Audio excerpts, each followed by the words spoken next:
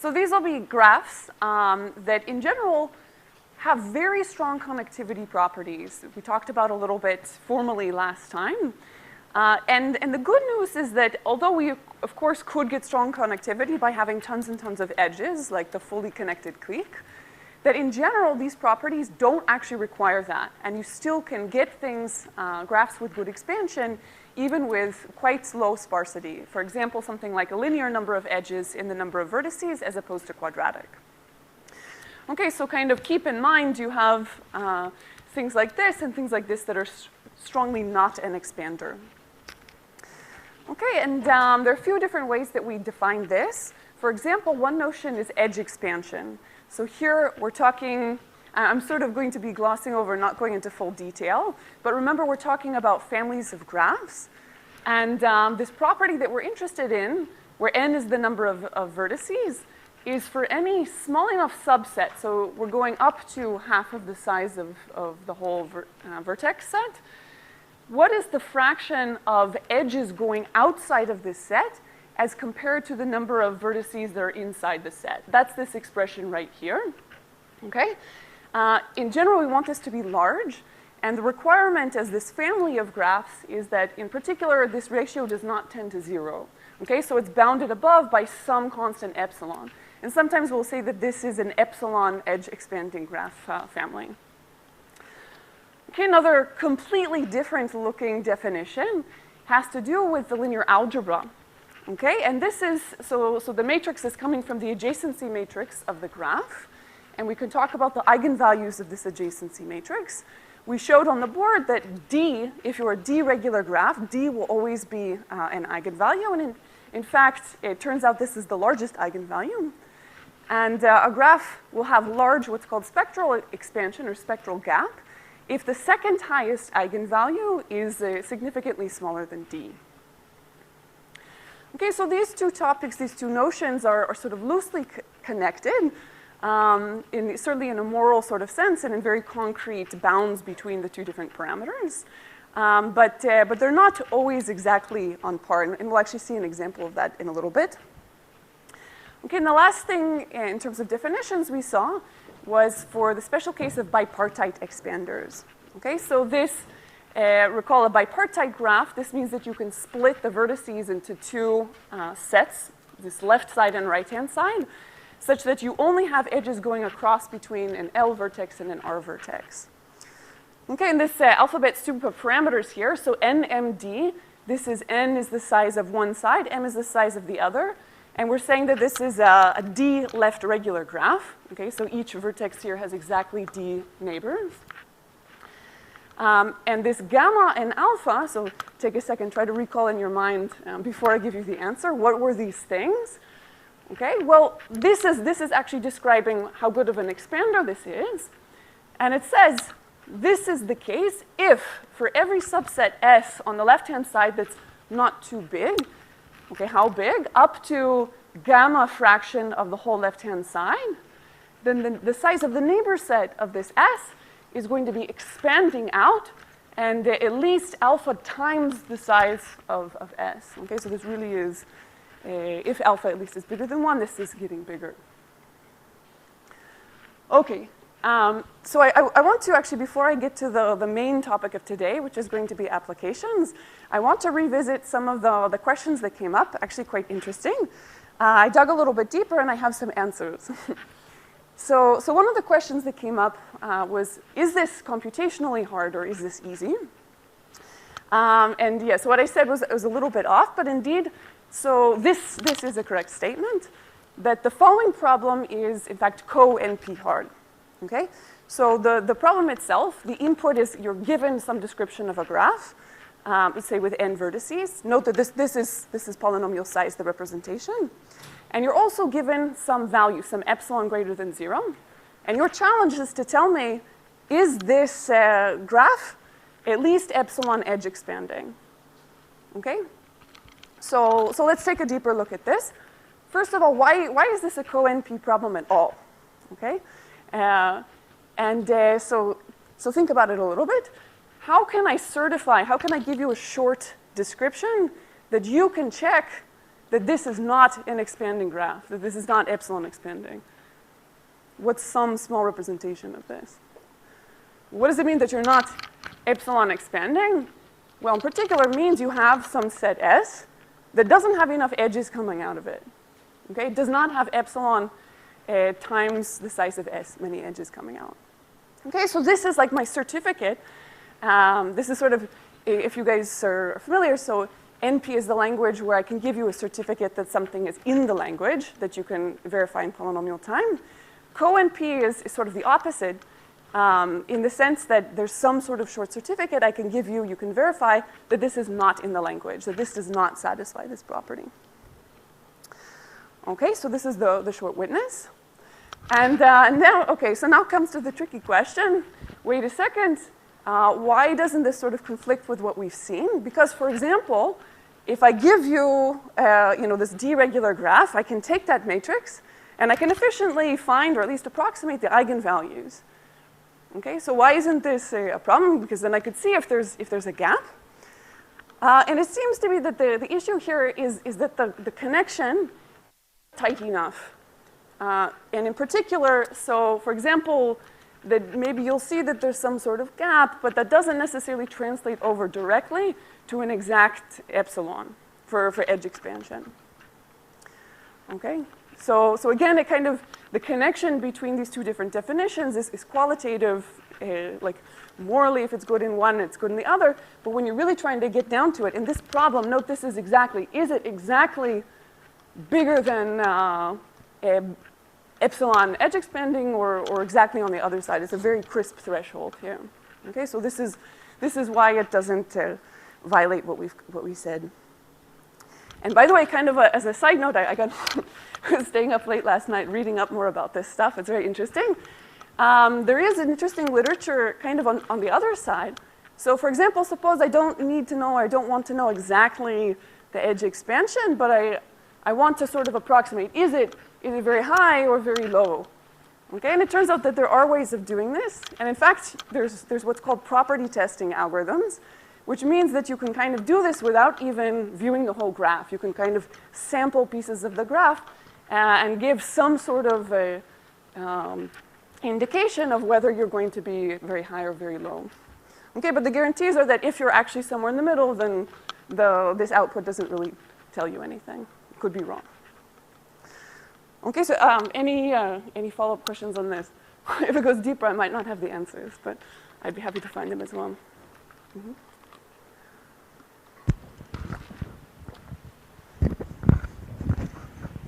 So related to the property testing, so you're saying that when you say very high, very low, what do you mean? Like, you mean if I give you a certain function, epsilon, and, well, I give you an epsilon, and I tell you just maybe epsilon is little omega of n to the power 1/2, that you can test efficiently by sampling, and you say that problem is like in BPP. So okay, the short answer, I'm going to defer you to this line of work. This is started by Goldreich and Danaron, and there's a lot of follow-up. I'm not so familiar. Just a high level. But just in general, again, maybe trying to crystallize a little bit more, why does this, for example, not violate this? Because this is sort of like, this is hard for, maybe there are some epsilons where this is very easy, but it's like there are epsilons where, there are graphs and epsilons where this combined is hard. Okay. Okay, thanks. Okay. Okay. Another thing, which is a little bit of a side point, so somebody asked about what about bipartite expanders? Are they good expanders with the standard definition?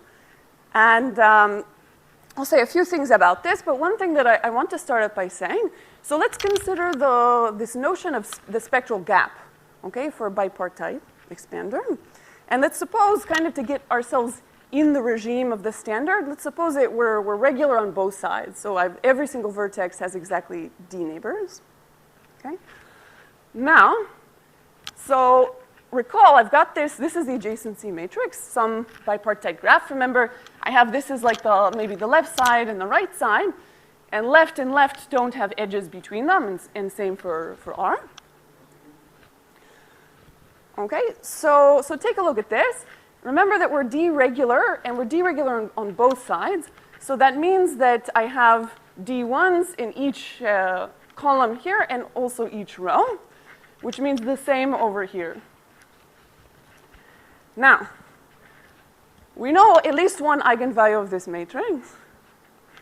I claim that there's another one. Okay, so remember, the example that we had before was the vector of all ones, right? That as soon as you were D-regular, even if you're not bipartite, that meant if you have the vector of all ones, every column was going to give you a product to give exactly D.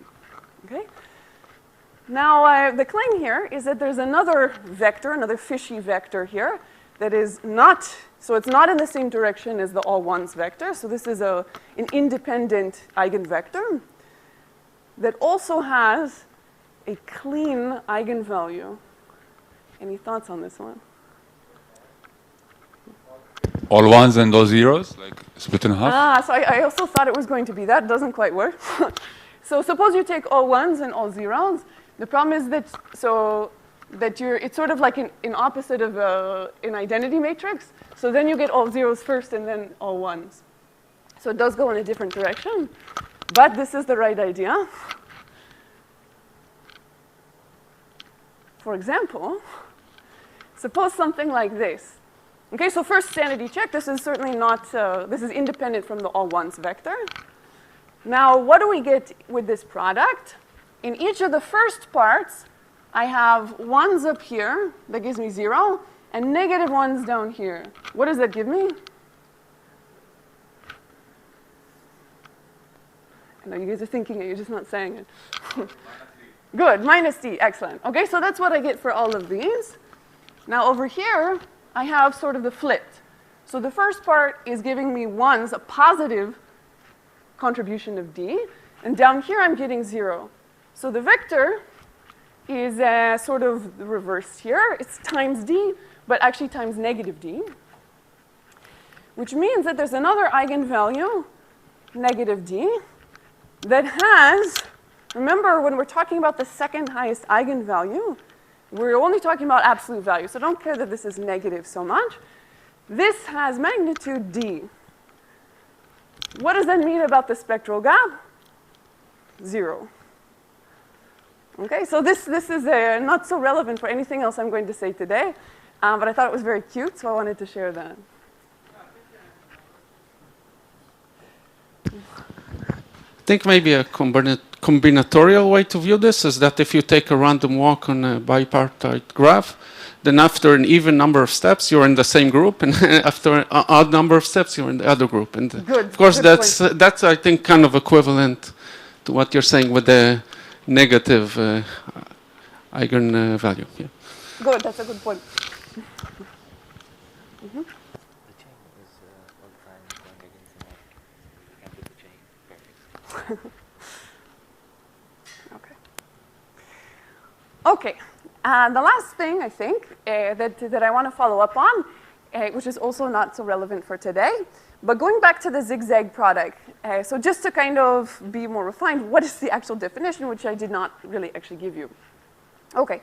So to recap, we start with two graphs. Okay, and we're going to kind of combine them in some way into this graph G zigzag product H. Okay, now taking a quick look. So G has n vertices degree m. This m, the degree of one of them, is the number of vertices of the other graph. Okay, and they have some eigenvalues. Okay, the new graph will have n times m vertices. We'll see in a second why it's degree d squared. And I'm not going to show anything about why the eigenvalues are. I just want to give the construction. Okay, so indeed, as we said, we get n times m vertices because each vertex of, let's see, which one? Okay, G, okay, gets replaced by a copy of the other graph. Okay, so this certainly does, now each of the vertices of the original, now I have the second number of vertices, so this is multiplying. Okay, and by the way, another thing to kind of think about, which is maybe a little more of a motivating direction, is if you have, say, G is a relatively big graph and H is small, then the new thing is going to be roughly the size of G and the degree of H. Okay, so this is the actual construction here. So we have all these vertices. Now this I think we agree on. And the question is, how are we connecting them together? Okay, so when do you have an edge between two vertices? And remember here that the vertices, I have n times m of them. I can think about kind of with some sort of identifying this with first like a mega vertex that's like U in this picture. And then once I open up that mega vertex, I have a copy of the other graph which has some other thing. So for example, in this picture, this U comma 3 corresponds to exactly this vertex in the new graph. Okay? So what edges do I have? And in fact, kind of the cleanest way to do this is to think about, I'm going to have d squared of them. Each one I can index, I can sort of think about ordering the d squared edges.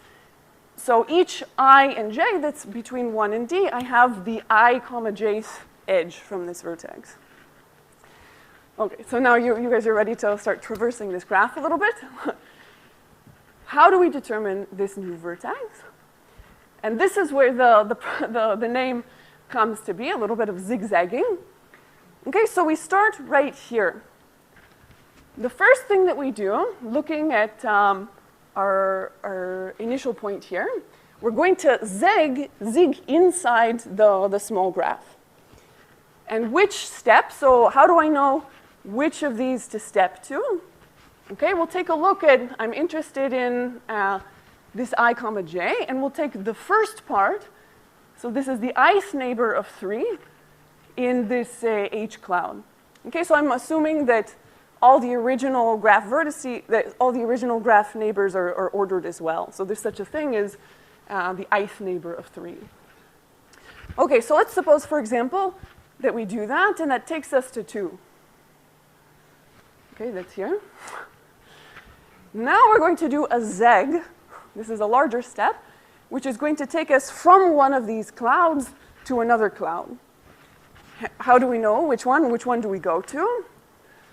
Okay, well here, this thing that we've just identified, and remember, so I have, why did I numbered these? The number of vertices in H is equal to the degree of G. Okay? So again, the number of vertices, each vertex in here is the same number as the number of outgoing edges if I were viewing this at the higher level graph. Sorry, this is, okay. I'm talking about the original graph. Did that make sense, or was that too confusing? Okay. Okay, good. So these, in fact, the identity of these can be used to index the edges going out of this cloud to another cloud. Okay, so let's do that. So take the second neighbor of U, which is this thing, in G, and suppose that gives us V. Okay, so now the final step to sort of decide is which of the subvertices inside of this cloud is this going to be the final destination. Okay, so suppose, and this part's a little bit additional. Okay, so suppose that when we, so, okay, V is the second neighbor of U. And note that this is all sort of symmetric. So in some sense, what should be the right thing here, say that U is V's fifth neighbor. Okay? So for example, if I was going the opposite direction, how would I want this same kind of edge to come into place. So this is going to choose like the sort of entry point of the zeg. By the way, I feel like this is mildly justified why I didn't have it all together yesterday. But this is very cool. Okay? So, okay, so this is now when we're here, we take the jth, we haven't used the j yet, the jth neighbor within this graph. Okay, and suppose, for example, in this case, it happens to be 2 over here. Okay, so taking a step back, what were the things? So we started with some vertex, and I wanted the I comma jth edge. The I and the j were used to make the zigs inside of a graph. Okay? And in order to do the big zag from one cloud to another cloud, this came from actually the identity of when you first do the zig, that gives you some identity, and that's the edge that you take out. Okay? All right. Question?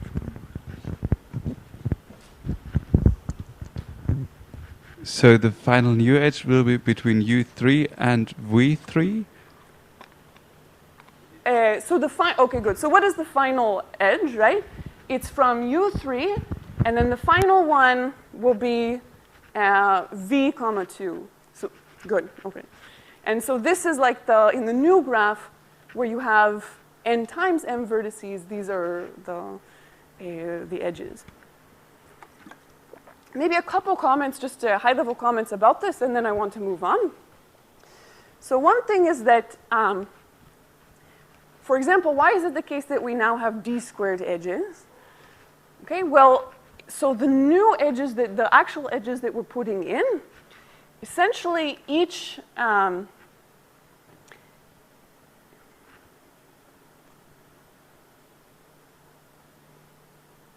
okay, I guess it kind of comes down to this, actually.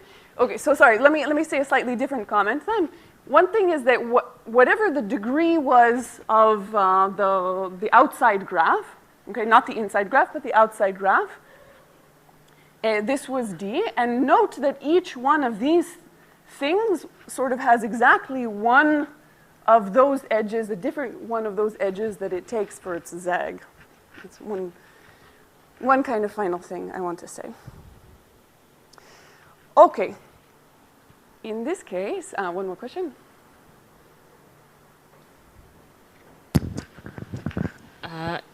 How do we know that these edges don't like collide? Sorry, how do you know that the edges do what? Don't collide. Like if we do this mechanism, and then it could be that maybe we get the same edge twice for different I and j, right? So it ends up kind of, it's built into the construction that it will not collide. Maybe one point to explain at least one piece of that. So for example,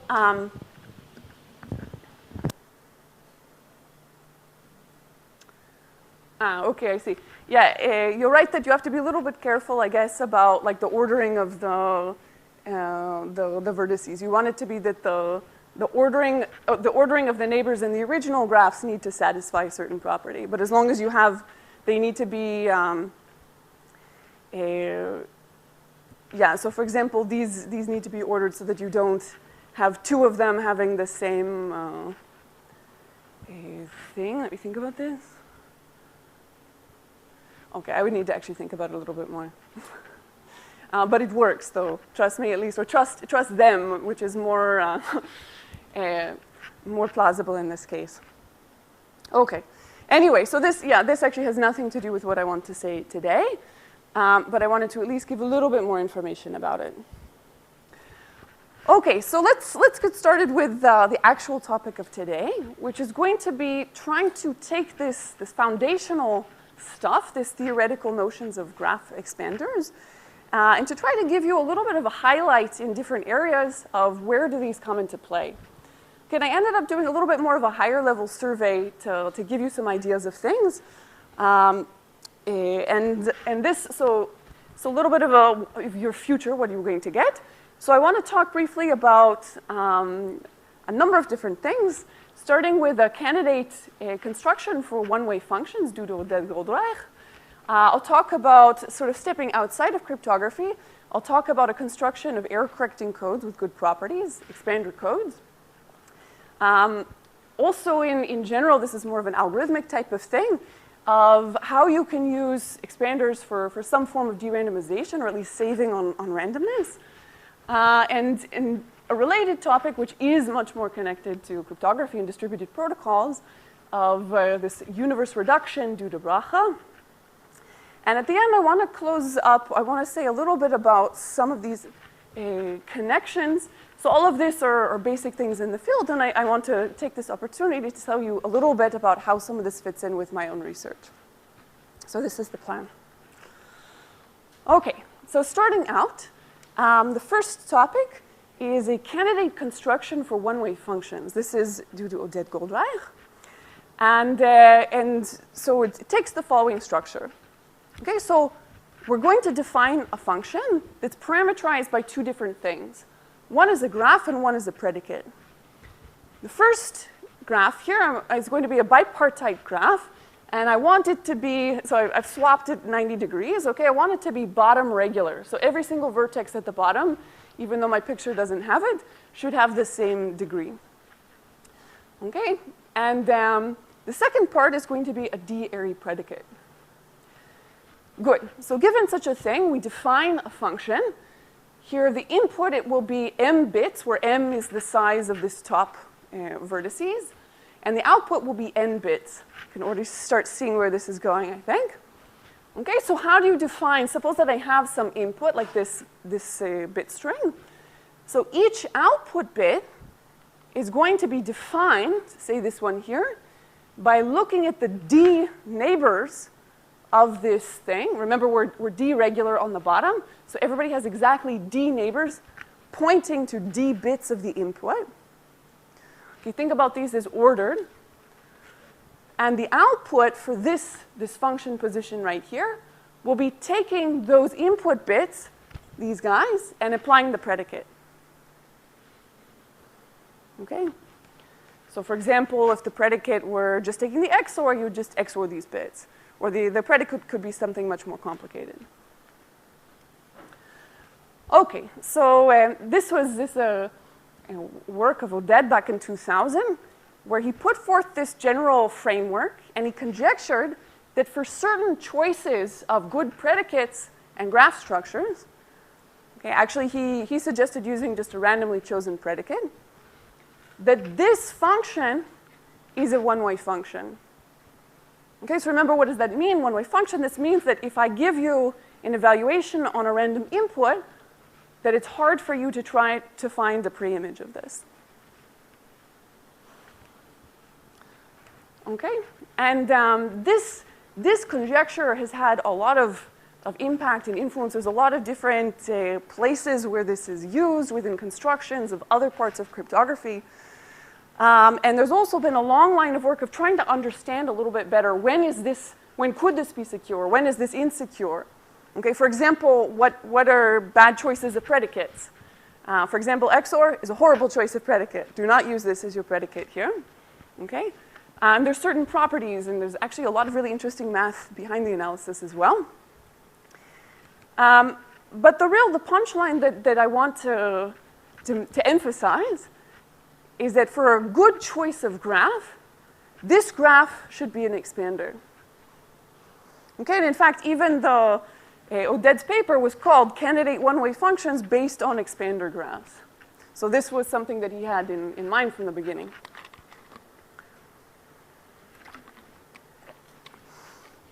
Okay, so let's take a little bit of a look of an intuition. Why would we want an expander for this thing?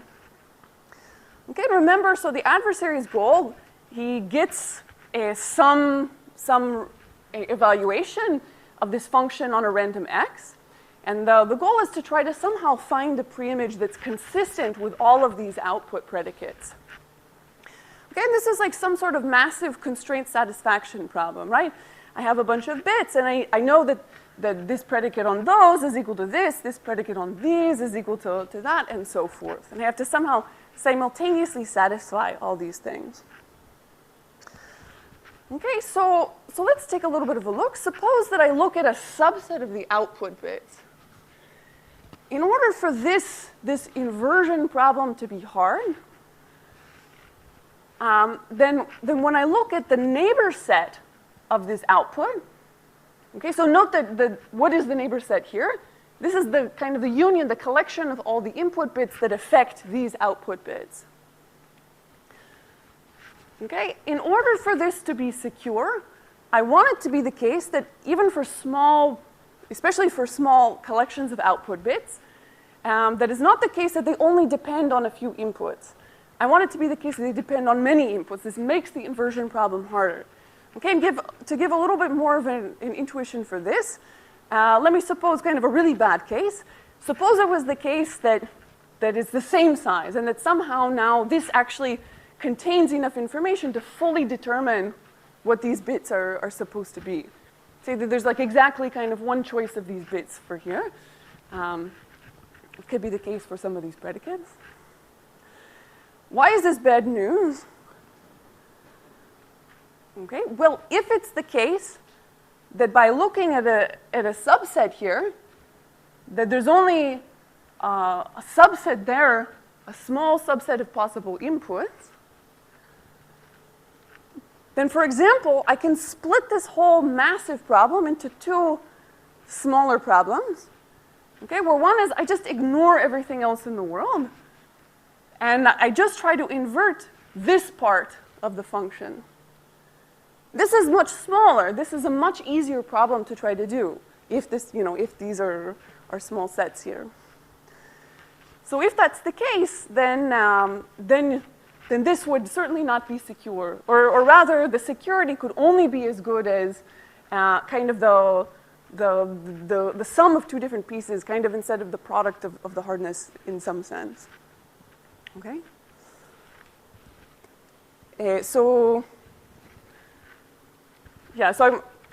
I'm going to again kind of keep things, I guess, at a high level here. Okay. Another thing. Yeah, questions?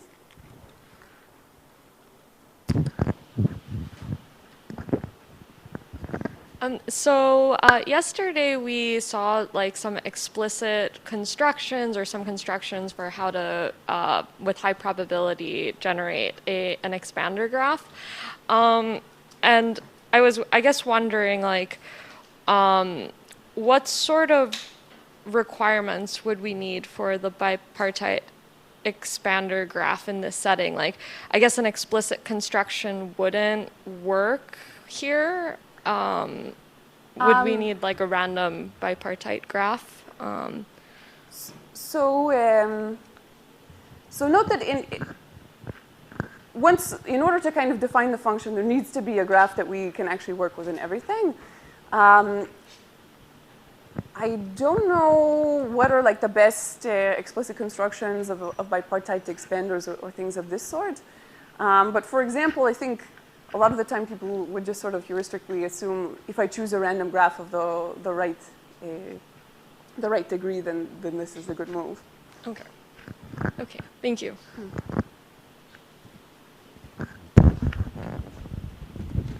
So just wanted to understand the setting where D is used. Like, why can't we just go with like almost complete bipartite graph here? Because that also gives you the thing that we wanted. Okay, good. Fair point. So D is used essentially for the simplicity, for the complexity of this thing. And for example, this, the fact that each output only depends on a small number of inputs is very appealing in many application settings. Yeah, for example, okay, the examples I'm thinking of are a little bit complicated, but suppose, for example, you're kind of evaluating this underneath something or within some bigger system. This can be a very, very positive benefit. In fact, in some sense, this is what makes this a very appealing, like why do people kind of care about this candidate construction? Exactly because you can get it that this locality is small. Question?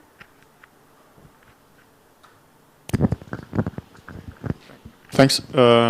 So I was wondering, what's the usual choice maybe for the input size of the predicate? You want this to be as small as possible, right? But then not too small in order not to be brute forceable. Yes. There's some things. Actually, maybe some of the other people in the audience are better suited to answer this question, like Stefano or Itai. So what's not, there are things that we know are not possible. You cannot have 2 locality for sure, right? You can't have 3. Where does it go to? I think there are all, if I remember correctly, there are several types of attacks that you can do, and I mean, if it's too linear, then it's not good. But for example, so suppose that, oh, I see. So yeah, if you have too many, so in terms of the degree though, for example. So 3 quarters, but with large alphabet. What was that? So 3, you need large alphabet. Okay, good. So if you just have bits, it doesn't work with 3. Good, yeah, so to clarify exactly. So if this were, instead of bits as inputs, these were, okay, larger alphabet, some sort of bigger structure, then apparently degree 3 even, right, this is the I.O. thing, right? Right, and 2 is broken. It's, I guess, well, not obvious, but it's by now obvious.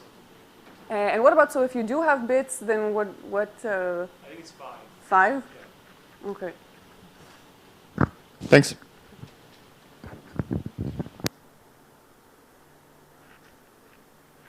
Cool. Okay, so continuing on the mini journey here. I want to talk about, as I said, so this is a topic that's not really cryptography at all, but the area of error correcting codes and coding theory has so many useful connections within other different areas, including cryptography. And this is another fantastic example where expanders come into play. Okay, so let me start with a little bit of context. What is this? What's the goal? So an error correcting code is a way of adding redundancy to data for the goal of error resilience. Okay, so say that I have some message. This is a message maybe I want to send to you, or maybe I want to store it on my hard drive or some media. And the issue is that over time or during transmission, some parts of this could get corrupted. And I want to do this encoding here in a way that even if part gets lost or corrupted, that I can still recover the original message. Okay, you can of course always do this just by, for example, sending the message many, many times, or even a few times. But the trade-offs that you get just with a simple solution like that are not very appealing. Okay, so I'm sending you a lot more information, but for example, say I send you the same bit twice, but it happens to be that one of the bits in my message, both of the copies get deleted, but everything else is fine, then you still can't fully recover my message. Okay, so there's an entire area of theoretical computer science. In fact, it's not just theoretical. You are in fact using error correcting codes all the time without realizing it in your communications and in your storage. Okay, and so kind of the challenge is how can you design ways of cleverly adding redundancy instead of just copying things directly, so that even if some things are lost here, for example, in whatever kind of position of errors this happens, as long as there are not too many errors, I can still recover. Okay, and so there's a huge area of everything. There's a lot of different models. There's a lot of different concepts of what is the noise, for example. This is very application dependent, of course. So in some cases, for example, one of the examples they would give, so written on CDs or DVDs, which used to exist, like you would have errors, maybe something got scratched. So that would mean that the motivated errors would be like bursts of things altogether. If I'm sending something into deep space, there's a whole different type of error distribution. Okay, but I'm going to keep things simple, and one of the most common models that's considered is just what's called Hamming distance. What is Hamming distance? That's just the number of symbols that are different. So for example, if we're talking about everything being bits here, that just means the number of errors are the number of bits that are flipped, either from 0 to 1 or 1 to 0. Okay, so that's what this represents here. Okay, so this is like the version that is used in everything. I want to kind of be a little bit more abstract here. And for example, first of all, I'm going to ignore the actual message. You don't care what I actually wanted to say, right? And the problem kind of boils down to being able to correct back to the original code word. Okay, so there's, of course, ways of going back and forth here, but this is part of the main challenge. Okay, so what is this exactly? I want some way of effectively taking all the possible messages that I might want to send. Say that I had k-bit messages, so I have 2 to the k possible bit strings here. and embedding them, really just putting them in a higher dimensional space. This is an equivalent fancier looking statement than just saying I'm taking a k-bit message and I'm outputting some n-bit message, okay? Okay, and so what is the goal? So I'm taking these 2 to the k points and I'm sticking them in different points in n-dimensional space. And the goal is to do that, to sort of spread them out as much as possible, so that if I get a code word plus some error, okay, this is like, you can think about each error as sort of taking one step away from the code word and potentially getting closer to another code word, that I can still somehow get back to my original code word. Okay, so any questions? And maybe a simple example to keep in mind here. So for example, suppose that what this operation was taking my bit string m and just adding an extra bit, which is like a parity check for the whole thing. So the final bit is just the XOR of all the message bits. Okay? So this kind of makes sense. Then what is the corresponding embedding? Well, it's just taking basically exactly having, okay, so what is the set of code words here? What is the image of this map?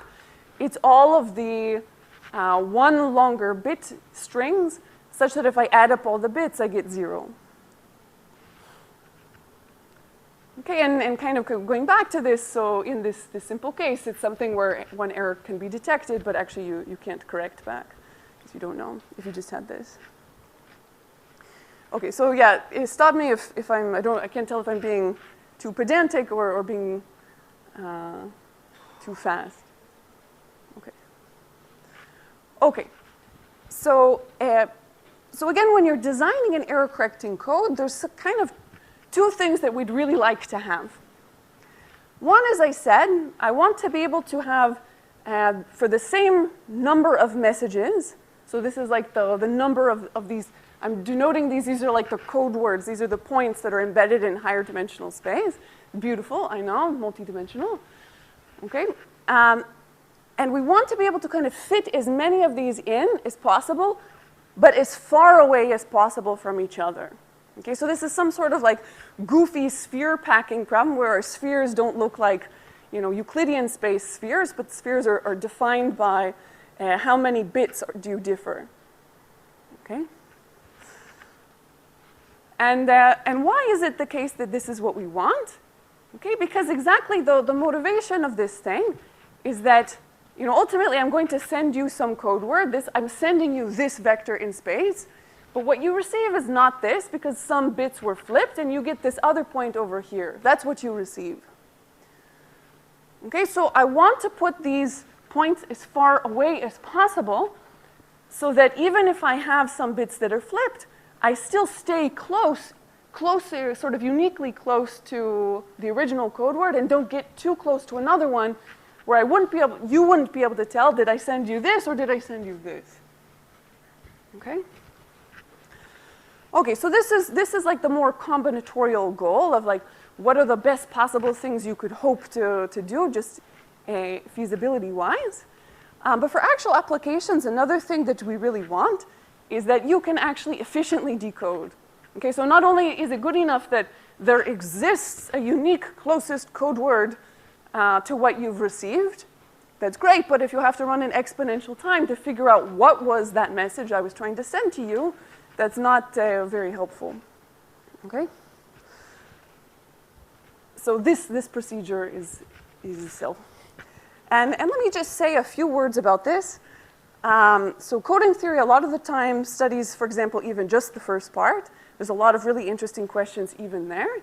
And as for the second part, it's a little bit tough. It's much, much tougher coming up with efficient codes than good codes in terms of distance. So for example, if I actually just give you choose totally randomly, you randomly put these points in space, it's actually going to have pretty good distance properties. So 1 is kind of good to go here.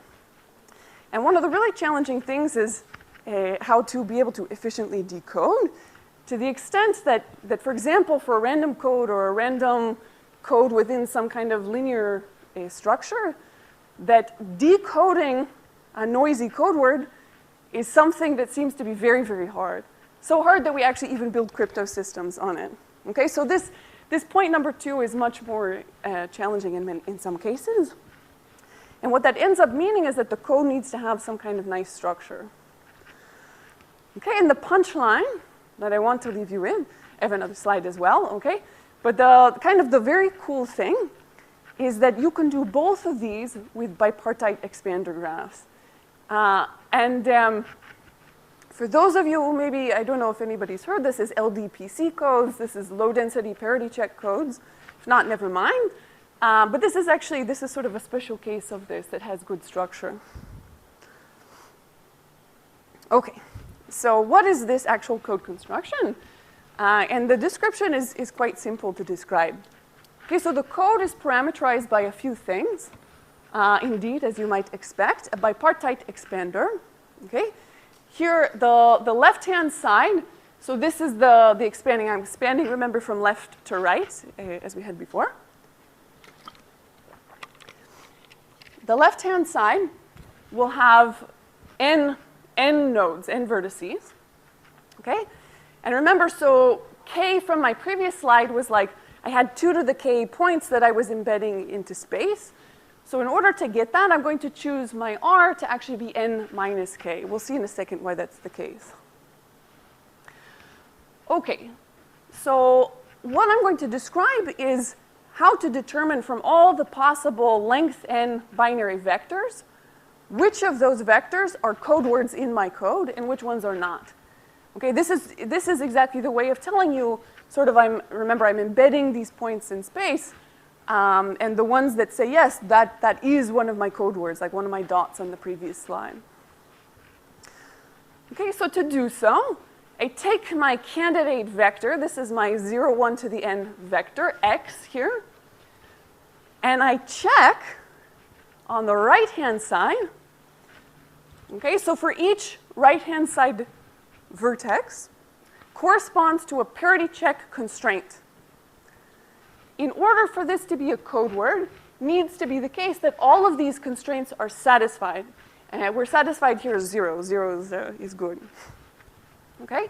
So in a little bit more detail, and by the way, there's a lot of similarity of flavors, right, of different constructions, of different applications. So for example, you can kind of think about this. This is analogous like to Goldreich one-way function construction, but where the predicate here might not be regular, and the predicate is here it's just XOR. Okay, so this is not at all a good one-way function. But again, so this is going to describe a collection of predicates more explicitly. For example, this constraint here, neighbors with vertex 1, 3, and 7. I have here I have a 0, here I have a 1, here I have a 1. The XOR is 0. Good. This constraint is satisfied. Okay, and same for each of these. These are actually the computations.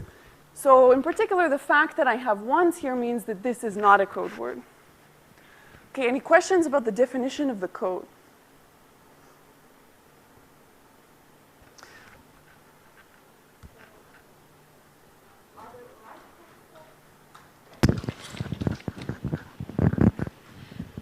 Are the right-hand side bits like fixed as part of the definition?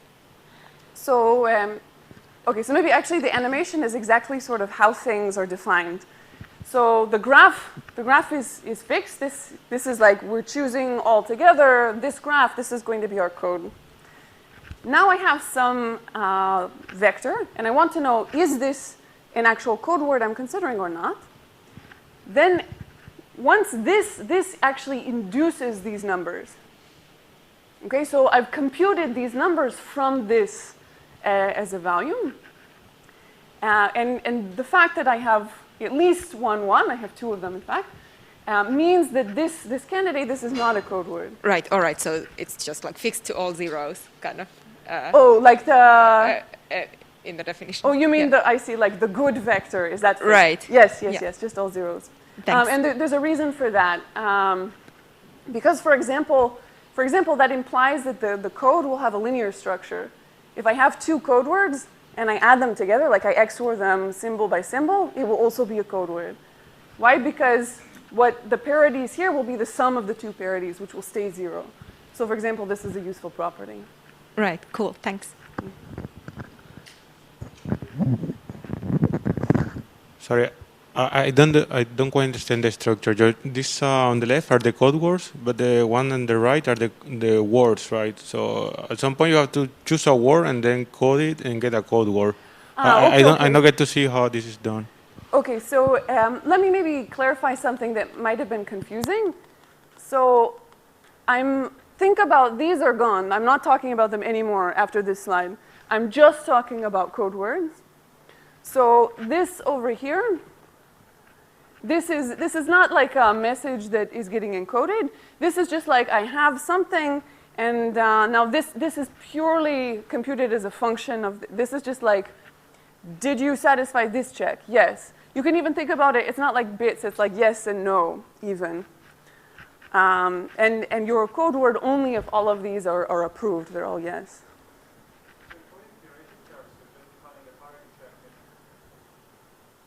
Yes, yeah, this is exactly, yes, this is exactly the LDPC. It's exactly just a low density parity check matrix. Ah, I see what you're saying. Yeah, okay, yeah, fair point. Yeah. Yeah, but that, in general, will have very different properties. Okay, so actually, okay, and before I spoil this, so how many code words are there? Let's assume that the constraints I'm getting are not like copies of the same thing, that they're sort of independent. In fact, this follows it follows from the expansion. Okay, so how many code words do I have? Well, I'm starting kind of with all of the 2 to the n things. Okay. And each of these is like one linear constraint that's removing one dimension of the things that are satisfied. Okay, so for example, before if I don't have any of these constraints, everything satisfies, all 2 to the n. Now I put one constraint, now I have 2 to the n minus 1 that's satisfying. I put another constraint, it drops another dimension, and so forth. Okay, so this is like coming from linear algebra. So after I have now n minus k linear constraints, my number of vectors that satisfy all of these constraints will indeed be 2 to the k. So this is why I did this weird n minus k. Okay, and what about the two goals? Okay, so remember the goals are that this has good distance, that the points that are satisfied are far from each other. Again, when I say far, I mean that they differ in several bit positions. And also, what about efficient decoding? Okay, and because I still want to cover a lot of other topics, I'm not going to tell you more about this, but it's really cool. And in fact, this is in bold, this is very special.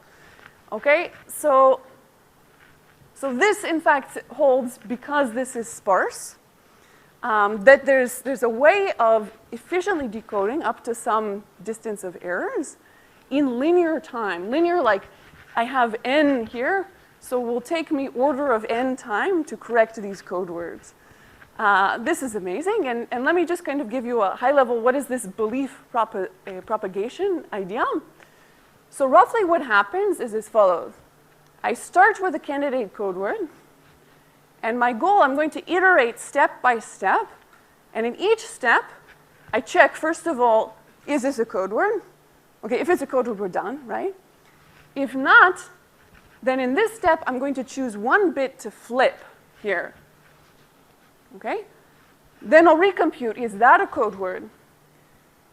If yes, again, we're done. If not, I'll choose another bit to flip, and I keep going step by step.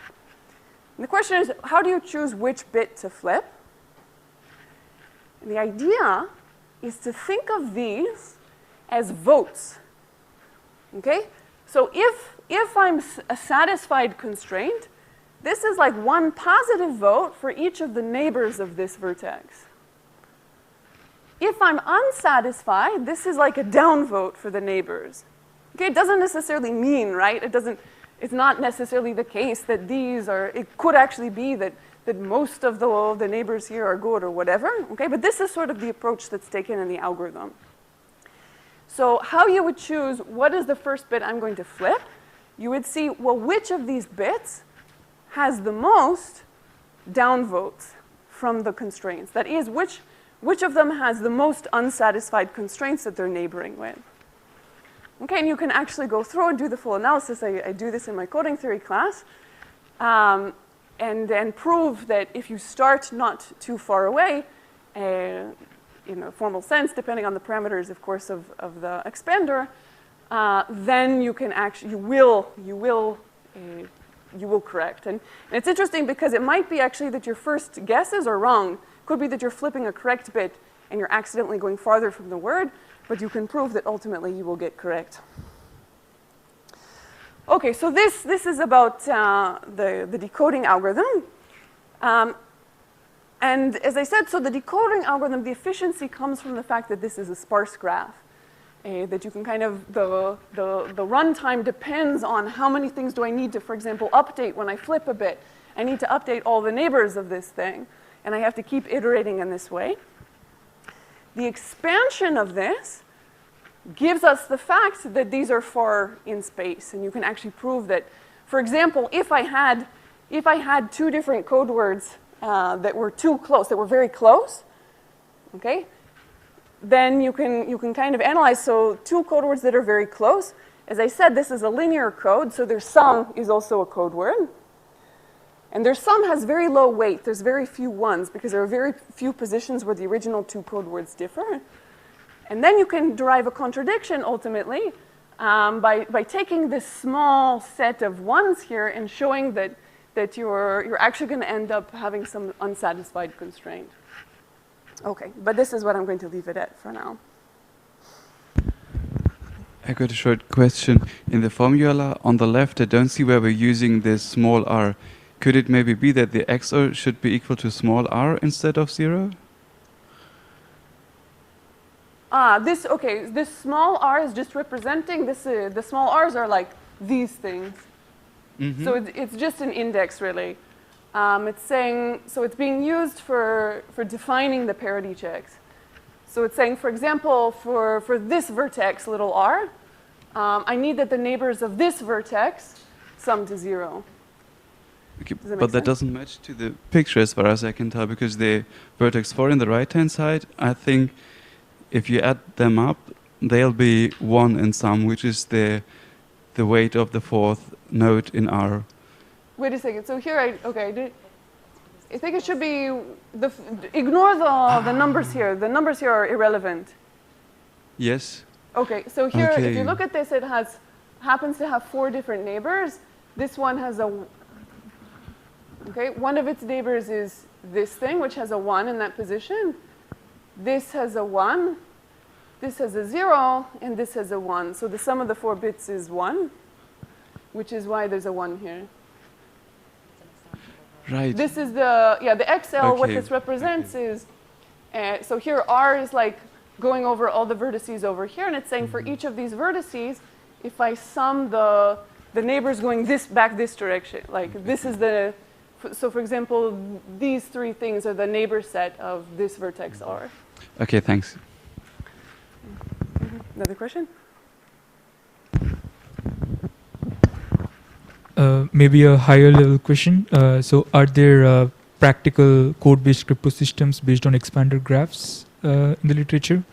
Sorry, are there practical code-based crypto systems based on expander graphs? Code-based crypto systems, like, so just a second. So this, when I say codes here, I don't mean like cryptographic code. Yeah. But what was the question? But then you have like people use these decoders to come up with public key encryption schemes, right? Like a Michaelis system or. I'm just thinking. Oh, I see. So that You're saying like instead of the GOPA codes or something like this? Exactly. Yeah. I have no idea. This is not really my area of expertise, I guess. But I would be a little bit nervous there.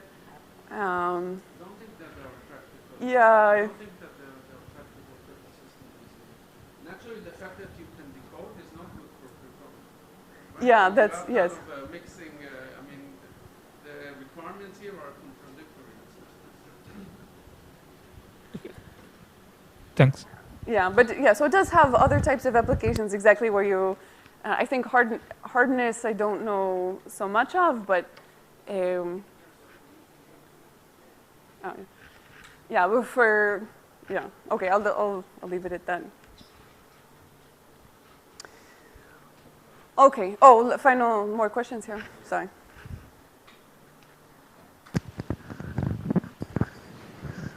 So I didn't really understand the conversation with Varun, but I was just wondering, if you have linear time decoding, why is this not the end of ECCs? Like, why do people still do research on it?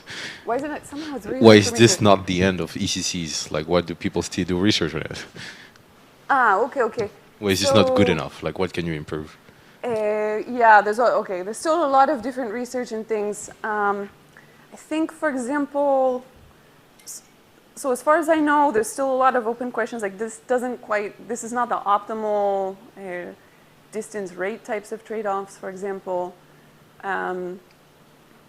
There's a lot of, and in any case, by the way, there's a lot of different settings. So for example, there are cases where you do want things to be bits, which is good for this. If you don't mind about that, then there's other codes that have really good properties. Yeah. Okay, thanks.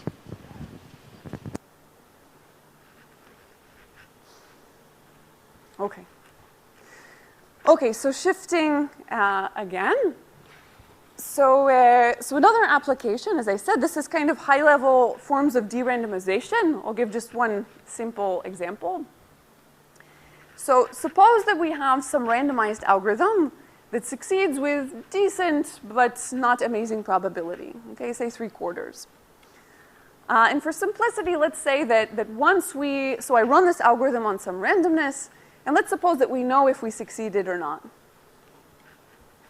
And even a little bit more concretely, how much randomness am I using? Okay, this is the question of this topic. So suppose that the original algorithm, I use some number of bits r. Okay, so I've got effectively 2 to the r random, you already see where this is going to go, right? So 2 to the r choices of randomness, right? So I flip my coins, I get some bit string. That's one of these 2 to the r possible values. And we can kind of think about structuring this as there's good ones and there's bad ones. Of course, these will be intermixed or whatever. For simplicity, I'm clustering them. Okay, so here's the challenge. I want more. I want more than 3/4 success probability. I want something like 1 minus 1/4 to the m. Okay? Yeah, why did I choose this?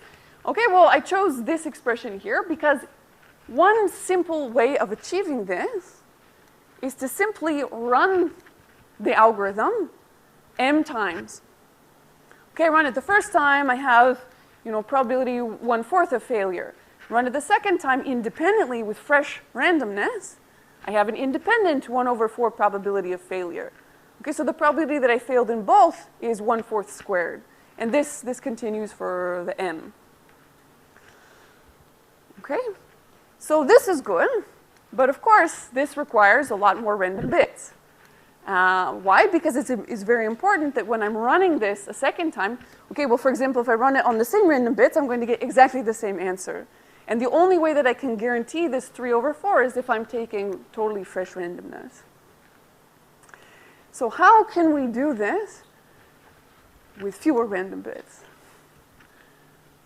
Somebody might suggest, perhaps with an expander. Okay, this is, of course, going to be the answer. And the idea, the intuition here is that in some sense, this fresh randomness each time is an overkill. Okay, so let's see, where can we even get an expander from this thing? In fact, I shouldn't have popped this up beforehand. Maybe you would have, it's harder to think about, like, Why would you even think of expansion here? Why would you even think of graphs, right? Okay, but now we have it. So now let's take a look and slap an expander on this. Okay, and let's say, for example, that I have some left-hand side L. I'm leaving the size of this open for now. Okay, and it has some deregularity on the left. So how can we use this? Let me even think about this a little bit. How can you use this? Why is this useful at all? Maybe as a clue. What do I have here? One vertex here is neighbors with some collection of vertices over here. Right? It's a graph. Okay, and what can we take from this? Well, for example, this vertex corresponds to two choices of randomness. Okay? So, for example, suppose that instead of choosing, you know, D or however many independent choices totally random from over here, suppose that instead I chose something at random over here, for example, this vertex. Oops, sorry. And I took this. This determines this is neighboring some collection of right-hand random strings. Okay? And now what I'm going to do, I'll run the algorithm on these random strings. These are not independently random. Okay, I didn't even sample that many random bits. But the hope, the claim, is that because of this expansion structure, we're going to buy ourselves something. And let's see what that is. Okay, so what is it I'm really worried about? I'm worried that if I run this on multiple cases, that I'm still going to fall into the bad set of randomness every time. Right? Because remember, I'm assuming that I can identify once I succeed. So as soon as I have a single case up here, I'm done. I know that's the right answer. Okay, does this make sense? Okay, so what is this bad event? Let's see how many cases are going to be in a bad situation. Okay, well, being basically, if I, okay, so this is Germaning here. So this is my strategy. I'm going to choose a random vertex here that determines D tests that I run this algorithm. And I want to know, over the choice of this thing, what is the event that I'm going to still fail that corresponds exactly to what fraction of these nodes here, okay, are in this bad set, which I'm calling S. S is the subset of left nodes, okay, that are all the left nodes, such that, okay, so when is a node V in the set S? If all of its neighbors lead me to the bad set of randomness. Okay? It's not a siren, right? Good, okay. Okay,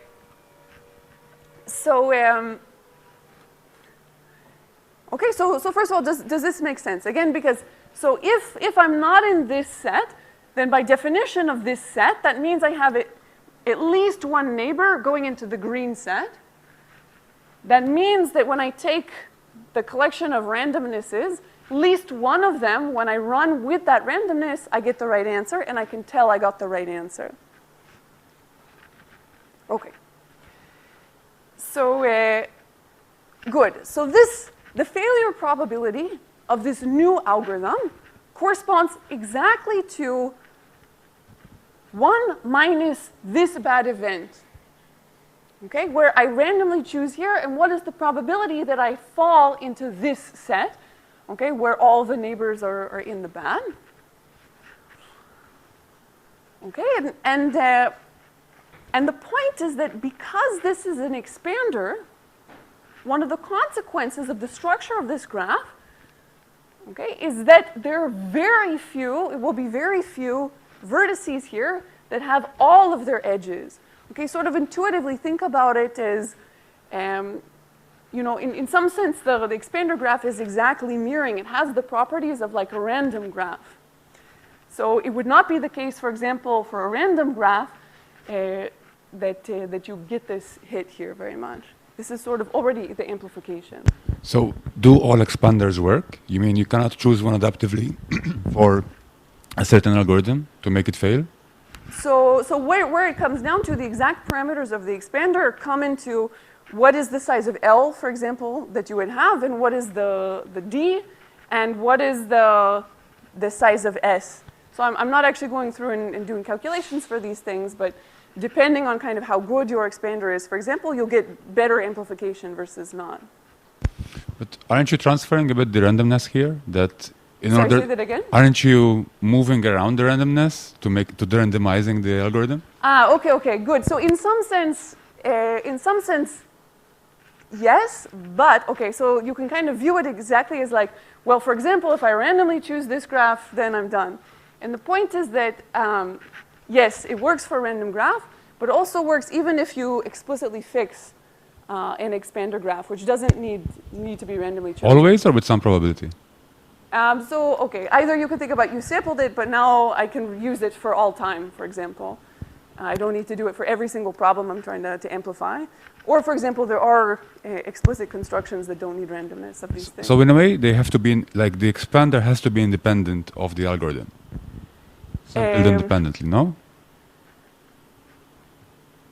So if it is, then it's maybe more of a simple analysis. But even, you're right, so okay, if you fix the expander, kind of the point is that even if, okay, suppose that you fix the expander, and now basically I think what you're getting at is now, but you could choose which are the bad randomness depending on the edges, or depending on, yeah, on the edges that are here. The point is that you just won't be able to kind of that, in some sense, these are more spread out and you're not going to get clustering. So you kind of, for example, to color something as bad here, you need to actually color lots of bad things over here, which you can't because your budget is only 1/4 of this side. Okay, question?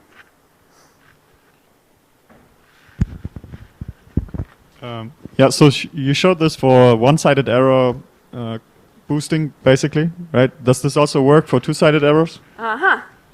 Yes. I'm not really doing any of the details of these things, but yes, it also does work. And in fact, it's highly related to what I'm about to say.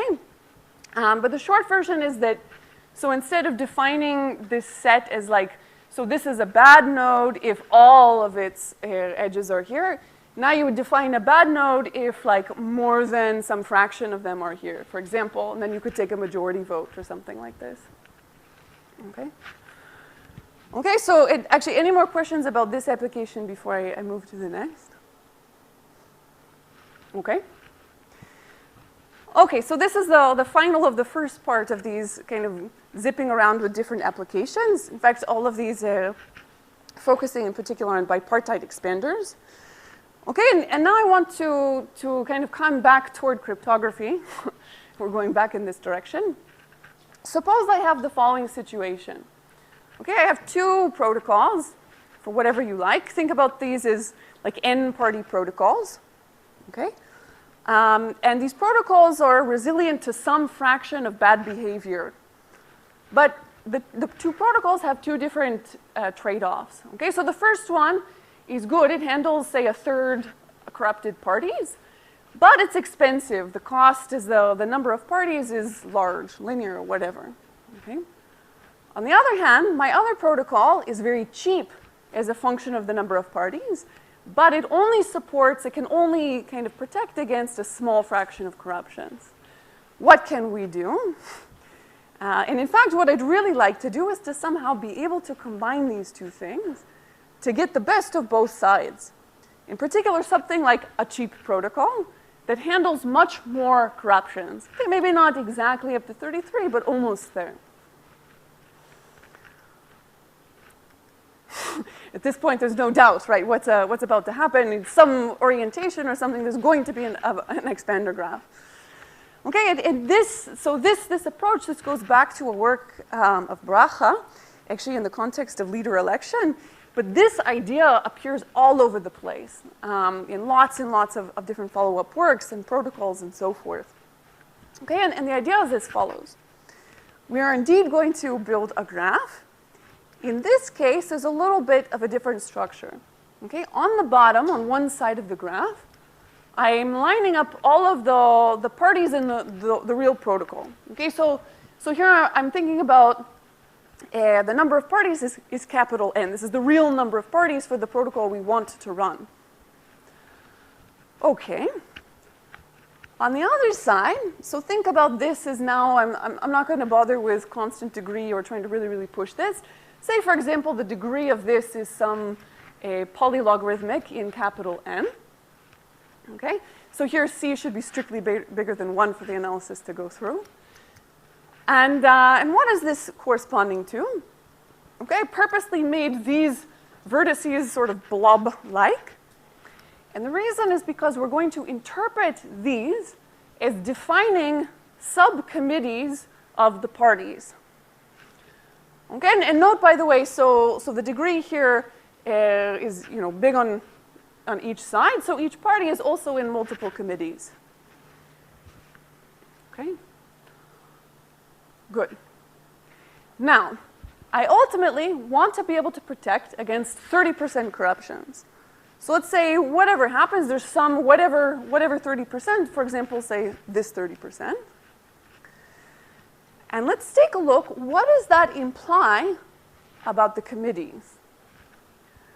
Okay, and the expansion property of this graph tells me that the fraction of committees, okay, so think about the following. For example, suppose that this were a truly random graph, or suppose not even deregular, but suppose that each committee just randomly chose log squared parties. Okay, if that's the case, and n is big enough, we expect that the fraction of bad guys in each committee, we'd expect it to be 30%, about. Okay? This is like some sort of turn-off bound, tells us, okay, in the random case, that that the probability that you're, say, significantly higher or lower than 30% is very small. For example, jumping all the way up to 33%, because this, I've chosen the parameters, this is, super logarithmic of this thing, the probability that one of these committees is more than 33% is quite small. So for example, say only something like 1% of the committees is more than 33%. Does this make sense? Okay. Now what do we do with this? I've given you a tool. Okay, so suppose, for example, now, I should have made this is like 1% should be much less, okay? So say very few of the committees are colored red. How can we use this? And how, remember, I've got these two different protocols. Here's the idea. I'm going to run the cheap protocol, okay? Where my parties in the cheap protocol are not going to be not the parties themselves. Okay, so again, I have this cheap protocol that if I give you some number of parties, you can run it at the cost that's, say, comparable to that number of parties. I'm going to emulate this protocol, but instead of an actual real party playing as a party, instead, each of us are in these committees, and each committee is going to run the role of a party in the cheap protocol. Okay? Okay, so suppose, for a second, suppose that all the committees were good, then this is exactly what would happen. Okay, but now the committees are not necessarily all good. So how do I somehow force a committee to all sort of actively, honestly act together as a party in some protocol? Okay, in each small committee, we'll run the expensive protocol. Okay? So remember, so what do I have? If I'm a good committee, if I'm green here, that means that I have less than 33% bad parties within this committee. That means I can use that means that this expensive protocol is going to be okay. 33% it can handle, that's fine. So within any green committee, okay, again, so there's some fraction of bad parties within this committee, but because we're running this protocol, this committee is now like an honest node. It will do the right thing. Okay? On the other hand, of course, there are some committees, if they're more than 33% corrupted, then, you know, maybe they're cheating there, they're cheating there. But basically now this node will be like a corrupt party in the higher level protocol. Okay, so what does this give us? Effectively, we're now, by running the small protocol in this thing, this small protocol, this is the expensive protocol. So it's expensive, but I'm running it on very small number of parties. Okay, so even if this was like big as a function of the number of parties, I'm only running it on polylog size. So even though it's expensive in general, it's cheap on small groups. Okay? So overall, the complexity of this thing will be good. In fact, yeah. And what about the security? Okay, well, so I'm using two different steps. Again, one step is leveraging the security of the expensive protocol to claim that the nodes, all but 1% of these nodes will act as honest parties, okay? Which allows us to use the cheap protocol. Okay, so there's a few, oh, I see. A few different layers here. Are there any quick questions? Okay. Yeah. Any quick questions about this?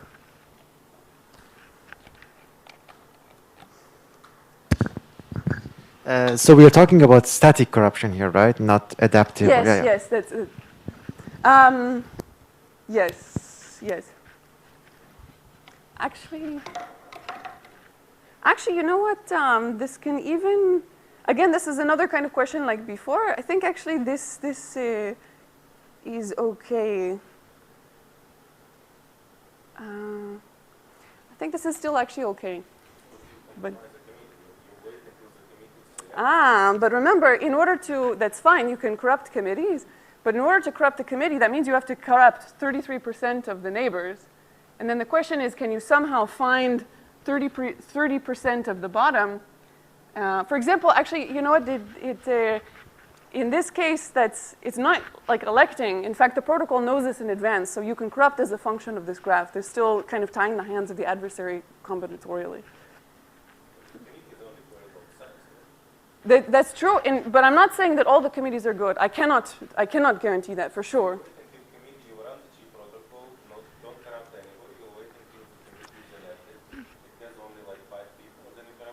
Just a second.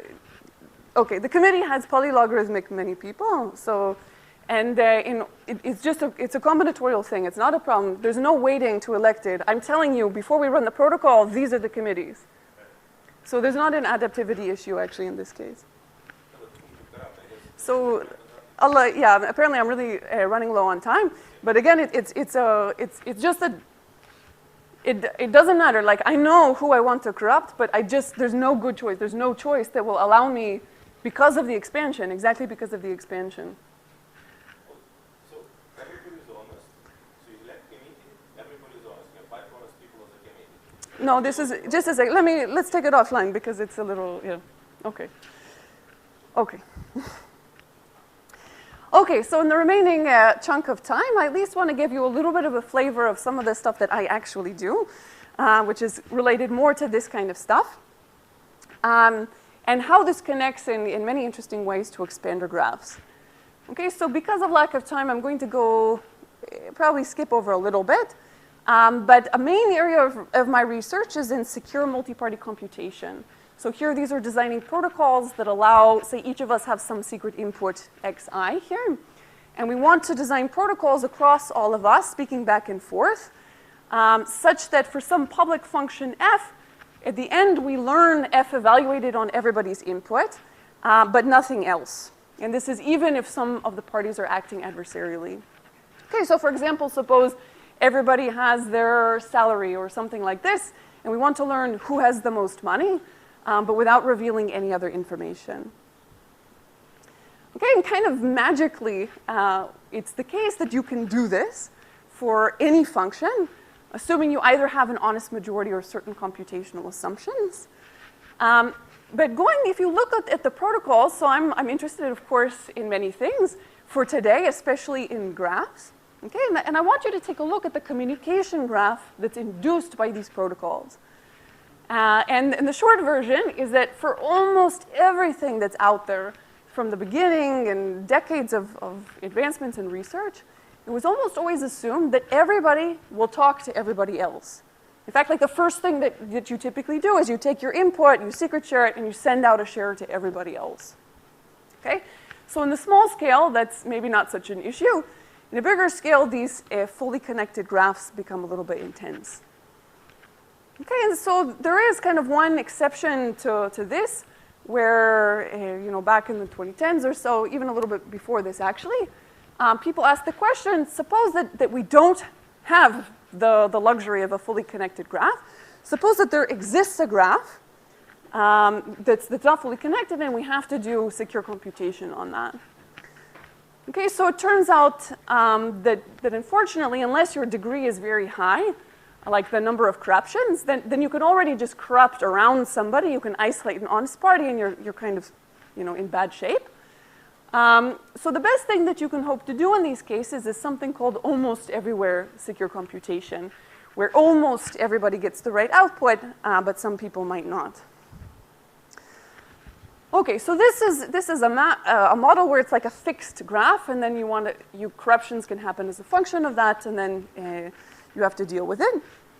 Another line of work, so this actually is the model. The model is not ours. The model came from distributed computing, where suppose that the following is actually the case. We could all talk to each other. Okay, we have the ability, but honestly, we don't want to. For whatever reason. Maybe I don't even want to talk, I don't even want to send n bits, maybe. So the model in this case is that you dynamically, as part of the protocol, decide who you end up talking to. Okay, so for example, maybe in round 3, I decide I'll send a message to you guys, but not to anybody else. Okay, and in that case, you can kind of think about this running the protocol is indeed inducing some underlying communication network across us.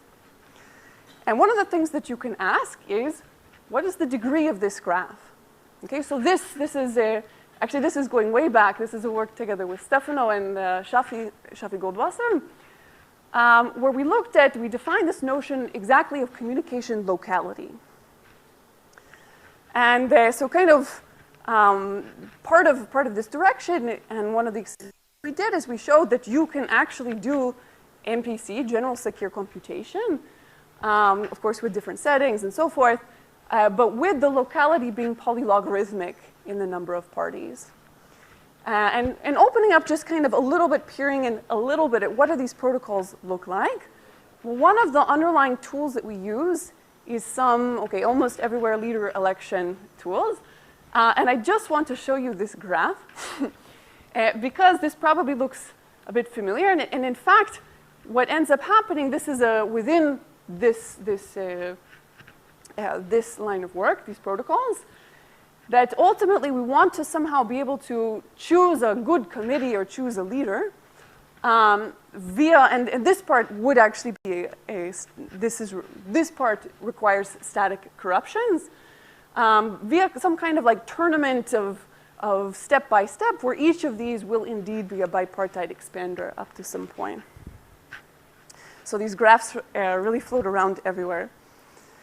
And as part of this, in more recent work, we looked at more generally, what about other properties of this induced graph of secure protocols? So locality, for example, corresponds to degree, but what about other properties, things like existence of certain subgraphs or things of this form. And one of the things in this work that we noted is that if you look at any protocol at the time that did have low locality, but gave you some sort of security guarantees, this graph had strong expansion properties. Okay, for example, a very common thing that you end up doing is that at some point you kind of some sort of random-ish neighbors that you send things to, and this ends up inducing some kind of small Erdős-Renyi type of graph on top of expanders as well. And we asked the question, is this inherent? Is this necessary? So kind of a little bit more targeted, you know, is it the case that if you have a secure protocol with n parties that has, for example, low locality, does it have to be an expander graph? And I think I won't get much into it. The answer is it depends. So let me just say what our results were here, and I'll conclude. So it depends in the sense that it depends on what the setting is of your protocol. And in particular, what's really important is what kind of setup assumptions do you make.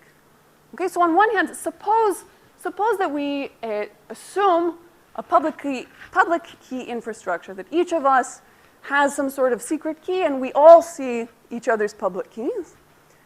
Then in this case, we can actually design sort of silly protocols that work where the communication graph is very not expanding. Exactly kind of looking like this thing that we had from yesterday. And sort of the rough intuition is that we do, you know, I'm allowed to talk, say, to everybody in each side. So you run some kind of general MPC protocol on the two pieces. And the challenge is how do you, you know, go back and forth? And by strongly relying on the fact that we have this public key infrastructure, loosely speaking, I can send messages across and be able to convince you that I'm somebody that you should actually listen to. Okay? So just to kind of mention, by the way, the choice of who or the bridge, this sort of inherently has to be decided dynamically as part of the protocol. Otherwise, if it's fixed ahead of time, then the adversary can just corrupt this edge and you're a little bit lost. Okay, so this is one hand where it doesn't necessarily need to be an expander. But on the other hand, suppose I don't have this kind of strong setup assumption. Suppose maybe we all see like a random string or whatever. This is what the CRS is, Common Random String Model. Or maybe we don't even have that.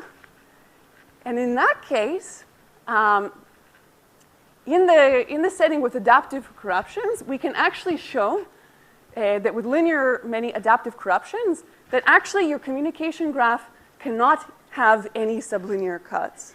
So in particular, this is kind of an even stronger requirement. For example, it says you can't even have low degree.